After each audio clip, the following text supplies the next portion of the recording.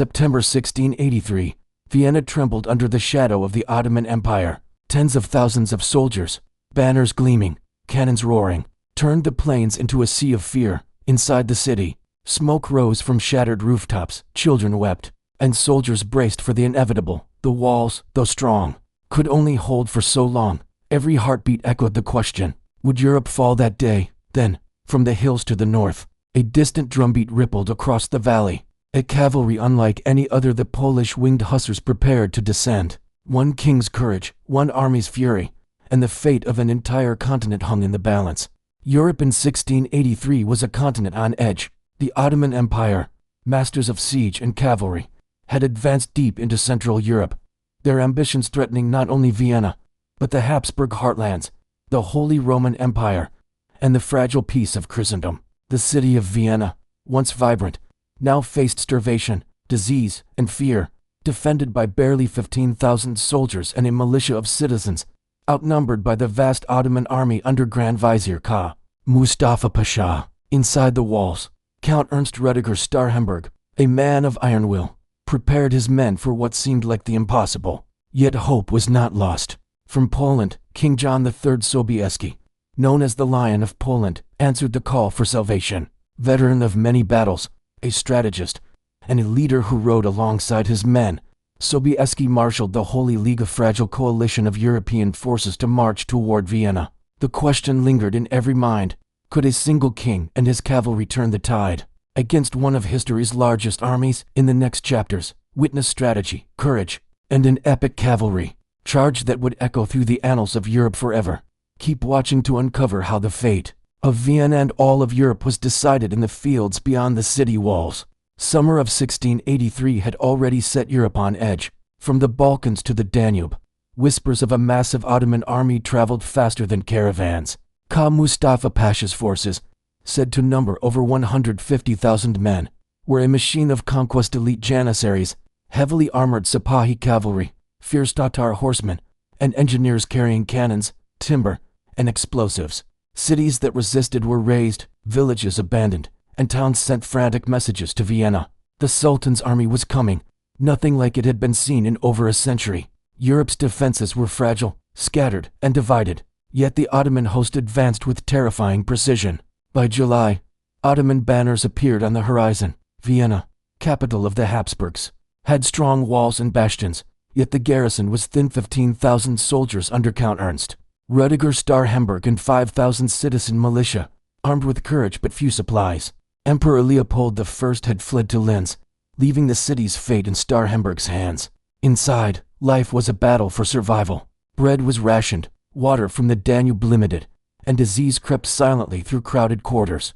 Despite this, morale remained unbroken. Starhemberg inspired not only the soldiers but the citizens, urging them to fight with every stone, arrow, and ounce of their strength. July 14th saw the Ottoman vanguard arrive.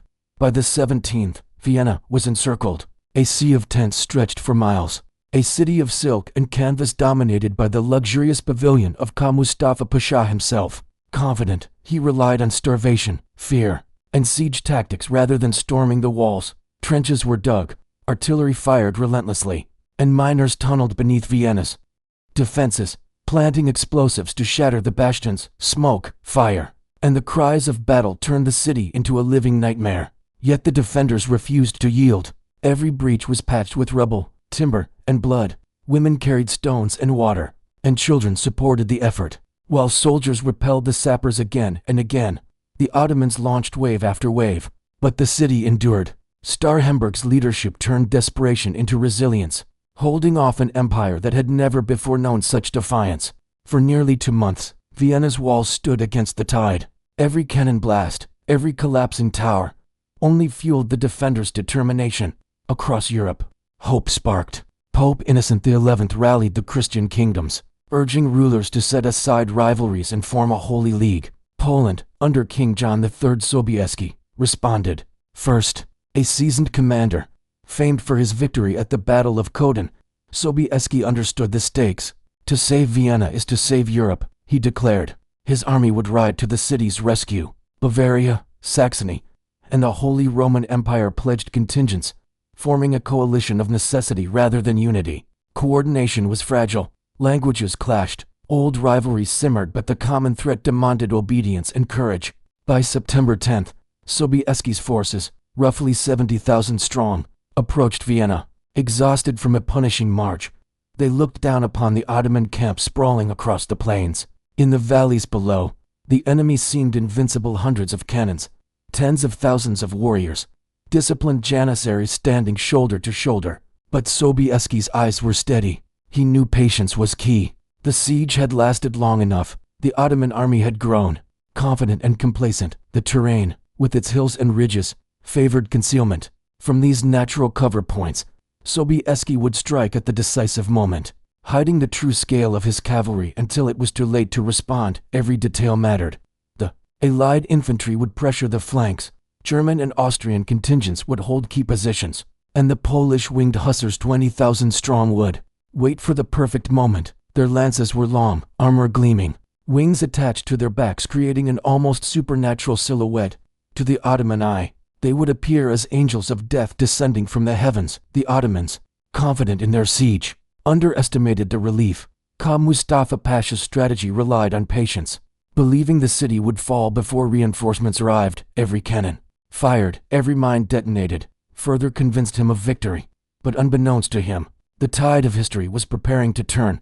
Sobieski's approach was methodical, precise, and deliberate. A storm waiting at the crest of the hills.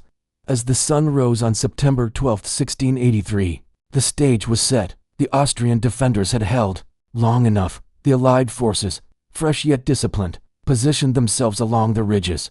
The tension was palpable, the air thick with dust, smoke, and anticipation. Every soldier, from the seasoned Polish hussar to the citizen militia, knew the moment of destiny was at hand.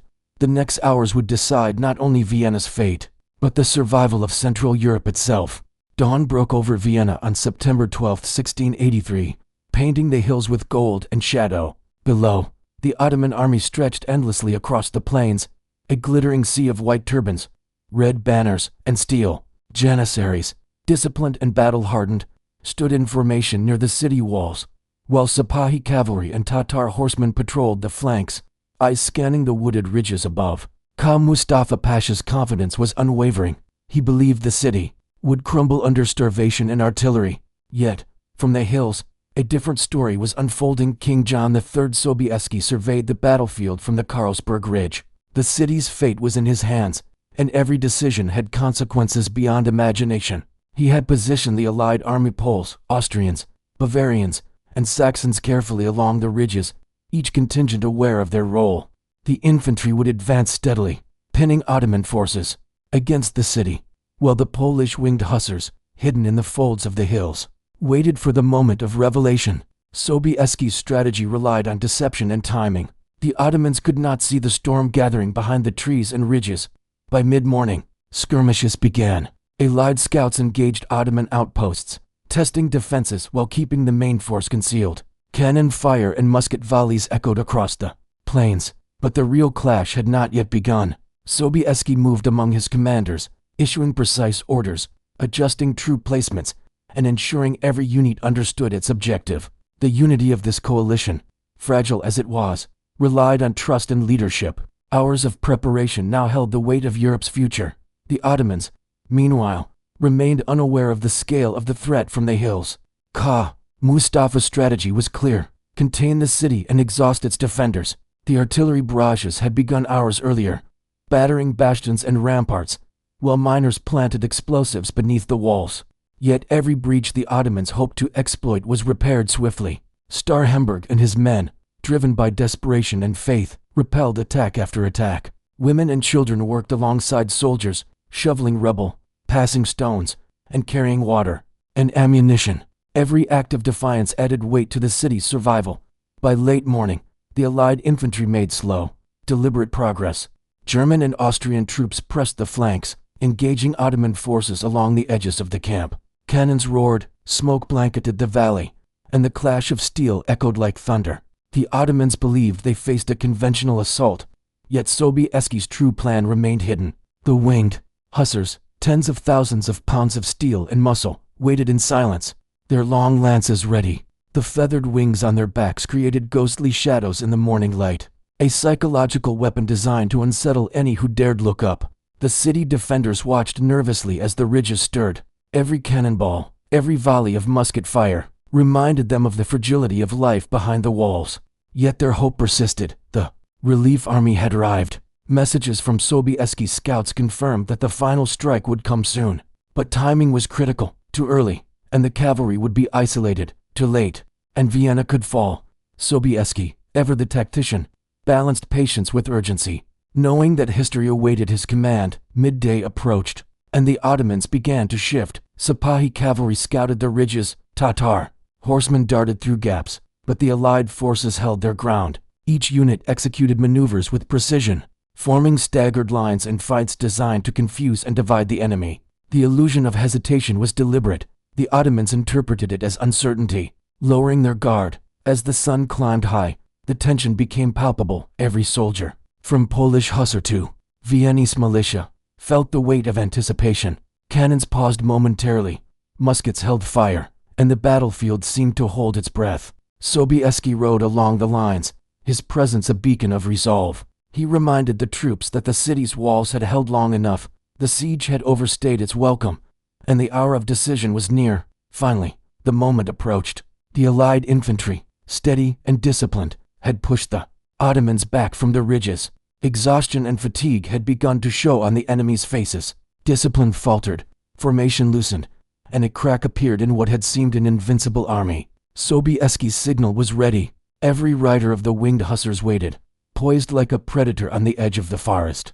Their swords gleamed, their wings rustled in the wind, and their lances reflected the sun. A storm held in check, ready to descend. The battlefield had transformed from a siege into the stage for a climactic encounter. The next hours would decide the fate of Vienna, the survival of Europe, and the legacy of a king who dared to charge into history. Sobieski's patience, the defenders' courage, and the enemy's overconfidence had set the stage. Soon, the world would witness a cavalry charge so monumental that its echo would reach centuries beyond the plains of Vienna. The sun hung high above the Karlsberg Ridge, casting long shadows over the plains of Vienna. Sobieski's army had held its breath for hours, the tension almost unbearable. The Ottoman forces, confident in their numerical superiority, lined the valley below, drums pounding, cannons ready, and janissaries forming rigid squares. But they underestimated the storm gathering above. The cavalry poised to descend like lightning incarnate. Tens of thousands of Allied infantry pressed from the flanks, harassing and exhausting Ottoman positions. But it was the Winged Hussars who would deliver the decisive blow. Sobieski rode along the ridge, his golden armor gleaming, eyes scanning the field round him. 20,000 Polish Hussars mounted their horses, lances braced, wings rattling in the wind. The long eagle-feathered wings were more than ceremonial. They produced a terrifying noise, a ghostly shriek that unnerved enemy horses and men alike. Behind them, heavy cavalry from Bavaria, Saxony, and Austrian contingents formed a protective barrier, ready to exploit every crack the Hussars would create. Sobieski raised his sword high. The signal was given. With a roar that shook the hills, the Hussars surged forward. Hooves thundered, earth trembled, and the Ottoman lines quivered under the approaching tide. Lances leveled in unison, sunlight glinting off steel tips aimed at the enemy ranks. The janissaries, disciplined and experienced, tried to hold their ground, but the sheer momentum of the charge, coupled with the psychological terror of the winged cavalry, created fractures almost instantly. Ottoman soldiers fell in terror, some breaking ranks to flee, others impaled upon lances. The initial impact was apocalyptic. Sipahi cavalry attempted to counterattack, but the Hussars' speed and cohesion shattered them before they could organize. Tatar horsemen, once swift and elusive, found themselves unable to maneuver against a force of such precision and ferocity. Allied infantry pressed simultaneously from the flanks, ensuring no retreat path for the enemy, herding the Ottomans into chaos. The field became a living maelstrom, dust and smoke mingling with screams of panic and the clash of steel. Sobieski's personal courage inspired his men further. He led the right wing himself, spearheading the most decisive point of impact. His horse plunged into the enemy lines with a calculated ferocity, cutting through officers and disrupting command structures. Each strike, each maneuver, was executed with a blend of skill, intuition, and faith. Around him, his hussars flowed like a river of death, unstoppable and terrifying. The Ottoman Grand Vizier Khan Mustafa, Pasha watched in disbelief as his meticulously prepared defenses crumbled under the weight of Polish determination. By midday, the Ottoman center was breaking. Infantry formations dissolved, artillery crews abandoned their positions, and panic spread faster than reinforcements could arrive. The hussars exploited every weakness, cutting deep into camps, scattering units, and sowing complete confusion. Allied infantry pressed on relentlessly, ensuring no Ottoman soldier could regroup. Chaos became absolute, a landscape where discipline and strategy were overrun by sheer terror and momentum. The streets of Vienna, previously tense with anticipation, erupted with cries of hope. Civilians and remaining garrison forces dared to fight beyond the walls, harassing retreating Ottoman units and adding to the calamity. The city had held long enough. Now it witnessed salvation in motion, a cavalry charge so perfect, so overwhelming, it seemed like divine intervention.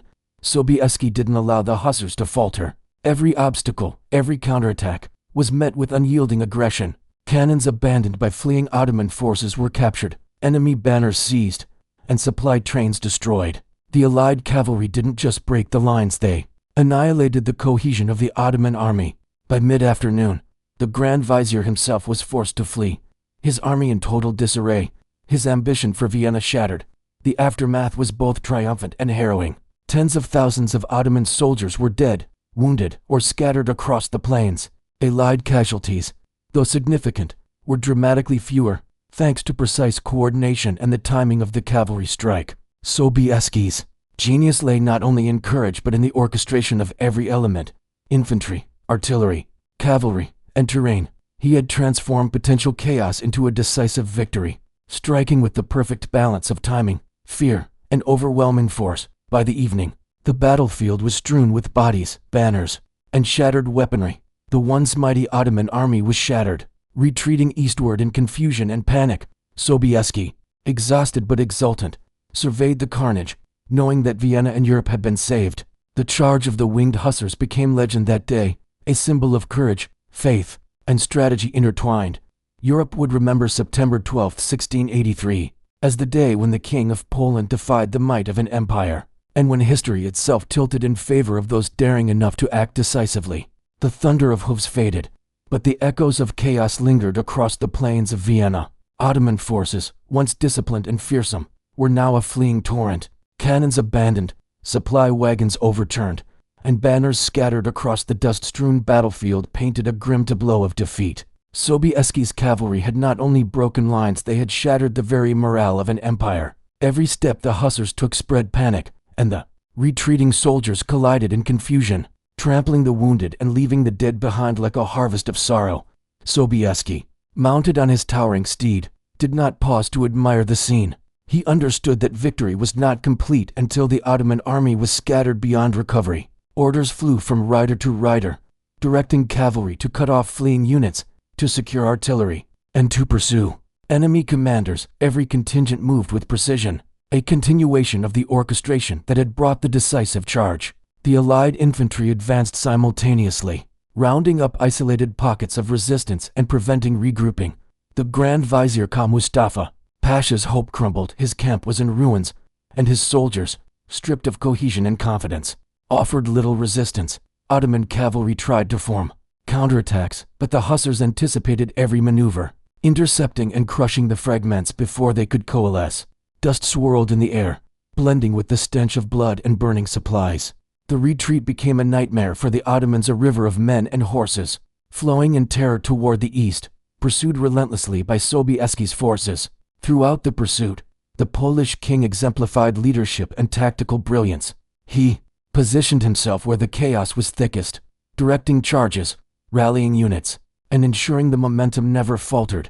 Allied forces captured dozens of Ottoman officers, disrupting communication and leadership. Cannons, tents, and treasure convoys fell into Sobieski's hands, a tangible reward for strategic mastery. Yet, even in the heat of victory, Sobieski maintained discipline.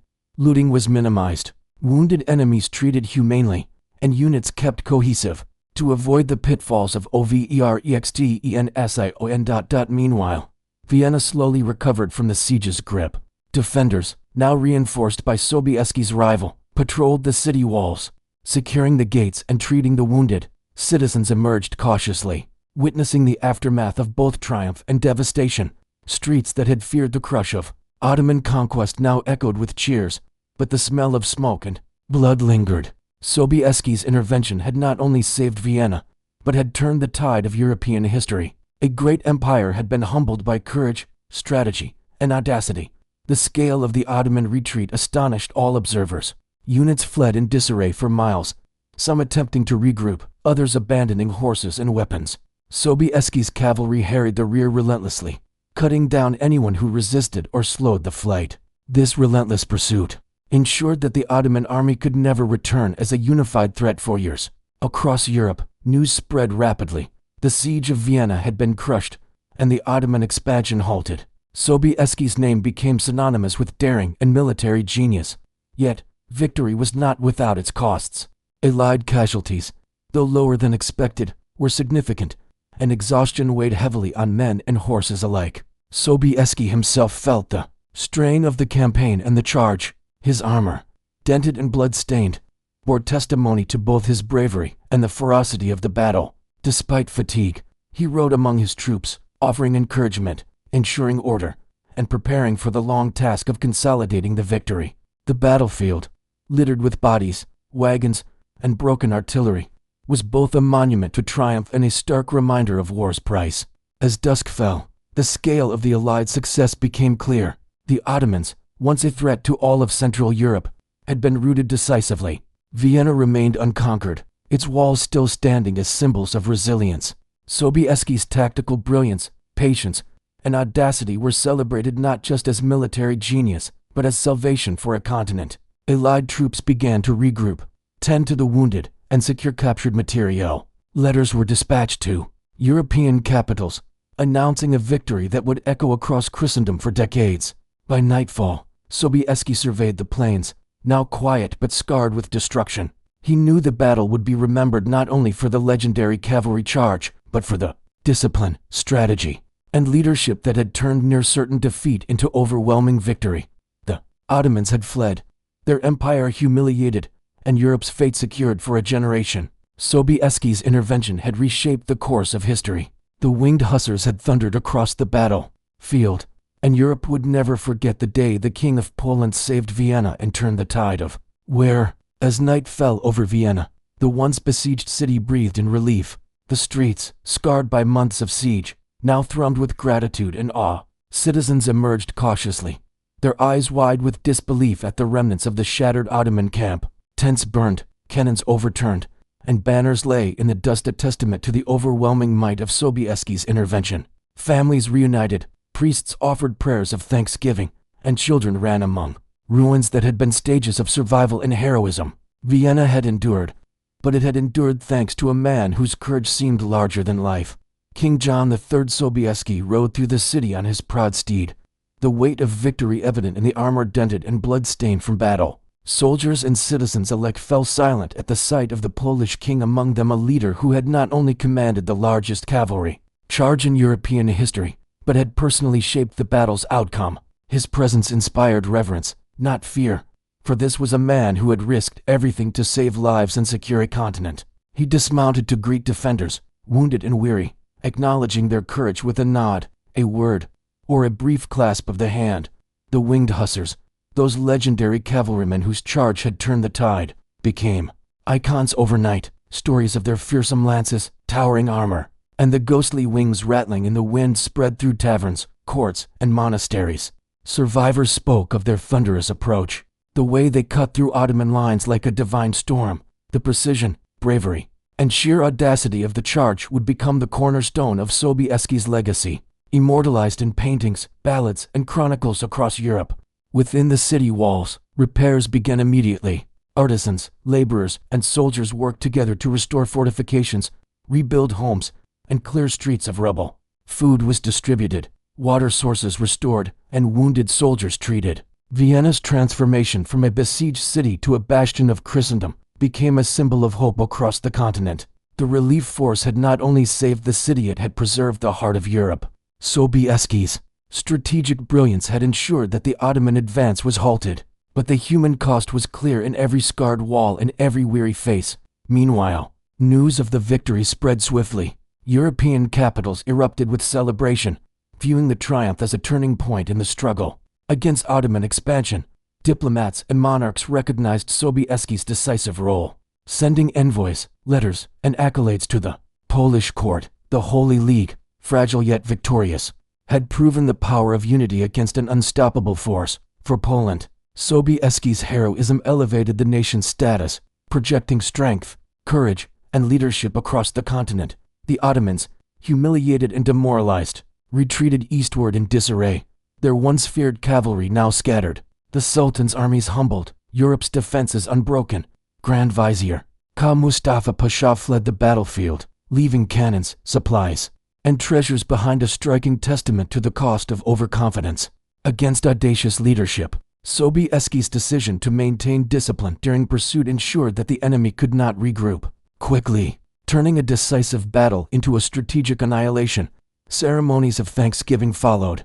Church bells tolled in Vienna, echoing gratitude to God and celebrating the courage of men who had faced overwhelming odds. Sobieski, though exhausted, presided over these moments with humility. He credited not himself alone, but the collective valor of the allied forces and the divine guidance that had inspired them. The citizens of Vienna showered the Polish king with blessings, flowers, and gifts, recognizing that without his intervention, the city might have fallen. In the years that followed, the victory at Vienna became legend. Historians chronicled the battle as the turning point that halted Ottoman expansion into Central Europe. Artists immortalized the Winged Hussars in vibrant paintings, capturing the thunder of hoofs and the glint of polished armor. Poets sang of Sobieski's courage, recounting the perilous march, the careful coordination of diverse armies, and the climactic charge that saved a continent. Across Europe, leaders drew lessons in strategy, leadership, and unity from the siege and the subsequent relief. For Sobieski, the triumph carried personal weight beyond glory. He returned to Poland hailed as a hero, yet ever mindful of the lives lost, the sacrifices made, and the fragile nature of victory. His leadership would shape Polish military doctrine for decades and inspire countless future commanders. The Battle of Vienna became not just a historical event, but a symbol proof that courage, strategy, and faith could defy the odds, protect nations, and alter the course of history. As the sun rose on a Europe forever changed, Vienna stood resilient, a city that had faced annihilation yet emerged triumphant. Sobieski's name, etched into the annals of history, became synonymous with salvation, leadership, and daring audacity. The Ottoman threat, at least temporarily, was halted, and Christendom breathed freely. The victory was not merely military, it was symbolic, a testament to unity, courage, and the enduring spirit of a man who refused to let the world fall under tyranny.